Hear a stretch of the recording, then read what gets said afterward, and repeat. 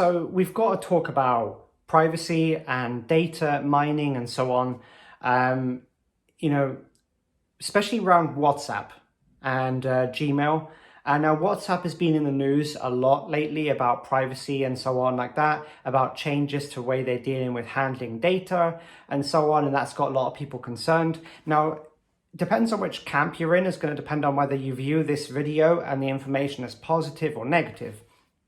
When it comes to privacy on the internet, I like to think that we can have levels of privacy without being intruded as much and being able to give our permission for data to be used. I believe that that is the correct way to go. Now, we're at the precipice in history right now with the internet where we are going to move down one of two paths. We are either going to have a combination of companies and organizations and people moving down the privacy way. You've got large companies such as Apple trying to push into privacy sector and say like, look, people should have control over data. And then you've got organizations and people fighting on that side. And on the other side, you've got Facebook and other people like that basically saying, no, we want access to more.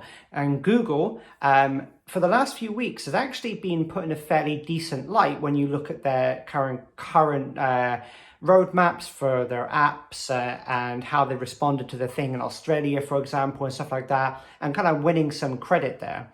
But it's a little bit too soon to be giving credit to Google about this, because actually, if you look at Facebook and WhatsApp and you compare what data they collect and you compare it to Telegram and Signal and so on, it's really easy to look at that and go, wow, look at that. WhatsApp and Facebook collect a ridiculous amount of information and Signal and Telegram collect very little, which is, it's then you can look at it and say it's as different as night and day. Gmail is also the same, but they are the WhatsApp and Facebook of email applications. Recent updates to Gmail actually permit levels of data mining and taking away lots of data that you have and having control over it, that it's come to a point where you need to remove that app from your phone. If you use Gmail on your phone or on your computer as a separate application or whatever, you absolutely need to remove that if you care about privacy. And it's the only way that we as consumers can tell companies to get away from our data, or at least ask us first how we want the data to be used. Because, I do believe that we should be able to give some data across if it's going to help us get, say, more personalized ads, because ads are annoying anyway, but when you get like irrelevant ads, that's kind of more annoying. But I still want the control for that, and everyone should have the right over their data. And this is going to be a fight between, do we own our data or do other companies own our data and allow them to kind of snake around all of our stuff? And I don't like that idea, because throughout history, you just see all these companies and they just behave in bad ways, and they use that to basically decide what's best for us. And it's not a very democratic way. It's not a very good way to do business. It's not a very good way for us to conduct ourselves as a society in general. So if you use WhatsApp, basically, if you've read the announcements by WhatsApp, what they're basically saying to you as users is, screw you. If you don't sign up to our terms and conditions by May, your account will basically be useless. You can still use WhatsApp, but you won't be able to send or receive messages, which renders it useless unless you accept their terms. So they're going to hold your current contact list, your messages, essentially as hostage, because they want you to accept those terms. What you need to do is tell WhatsApp, fine, you can fuck off. We're going to go somewhere else and use Signal or use Telegram or whatever one you prefer. If you care about privacy, Signal is your only real option about that. I've posted a video about that before, so do go and check that. If you want to find out about Signal, I'm going to put it up in the description, maybe in a little tag at the top of the video. But you absolutely should just tell WhatsApp to go and screw themselves, because what they're doing, it's really bullying kind of tactic. It's the same thing. They're owned by Facebook, so it's no surprise. The same way that Facebook kind of bullied the Australian government, whether you agree or not with the proposals they made there, is irrelevant. that they act in that way. That's very concerning because you don't want companies acting in that way. When you've got private companies doing this, that creates huge problems in the future. So you don't even want to go down that road. So basically the way that they're acting is the same. And they're basically now going to bully the users into accepting the terms and conditions. And it's really interesting. I'm going to post a link in the description below about this, which goes into some really great detail about how much they're going to track, when they're going to do it. I think it's around May time. It's pointless for me to say a date because the date is up for debate and they could change that at any time anyway because they're trying to save face. But basically, remove WhatsApp, just change to Signal, just change to anything else, really. When it comes to Gmail, the idea that they can sieve through emails and use data is, I just cannot imagine giving Google even more power over our stuff. Because if we send a message to Google and say, look, no, we don't want this, right? Google, in the past, they've been sometimes sketchy, but sometimes they do respond in good ways. And they haven't been very bullying lately with regards to with the Facebook stuff, with the media stuff in Australia and so on. So I'm willing to give them a little bit of leeway there because there's a lot of programmers, a lot of developers at Google, and there's a lot of people who are developers and programmers who sit in positions that make decisions at Google, which I like. So you do tend to get a little bit of a better user experience orientated approach.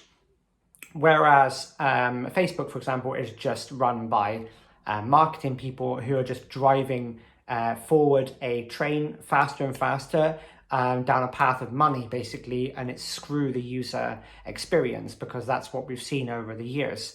So, and you see the way they react, like a kind of baby in a pram where they just chuck their toys out of a pram when they don't get their own way. We cannot have companies like that controlling our data. That would be insane. So my advice to everyone is you remove WhatsApp and you remove Gmail. If you use these apps, you need to remove them as soon as you possibly can. A lot of warnings come out about Gmail in particular is that you absolutely need to remove that today. You have to have it gone because the amount of data that it's watching and searching for, it's really huge. Even more than the difference between WhatsApp and Signal, for example. If you look at a few graphs, maybe I can put the link in the description below, but if you look at a graph of how much Signal tracks, which is basically nothing, and then Telegram, which is a few things, then WhatsApp, which is a kind of bunch of stuff. Gmail is the same, except it collects a lot of stuff compared to Apple Mail or other programs. So there's no reason, if you have an iPhone, there's not really much reason to use Gmail app, even if it's for specific features. You just the standard client is fine. But if you absolutely need to use a third-party client, then look for something secure. Look for something that has got a lot of privacy around it, because those emails containing so much information about you that we as consumers have to take a stand against that. So that's my advice to everyone. This news coming out, I just really want to push everyone to just tell these companies that they really need to go and do one.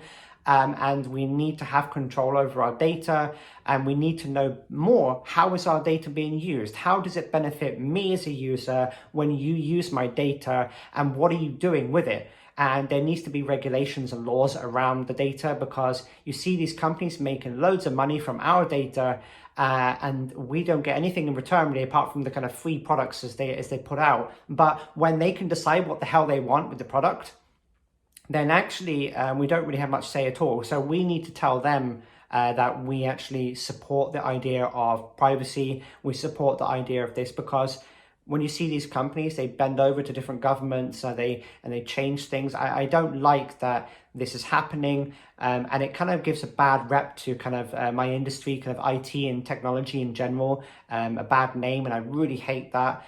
So WhatsApp was fine, but now it's shit. So just get rid of it. Gmail, you need to change the app for that. Gmail as a service, I don't think has problems, but the actual app itself is collecting a lot of data about you. So just be careful about that. If you want to fight for privacy, then get on board with that. Tell your friends and family to get on board with changing those two apps. There's probably going to be others in the future. I'll try to post about them for the really popular ones.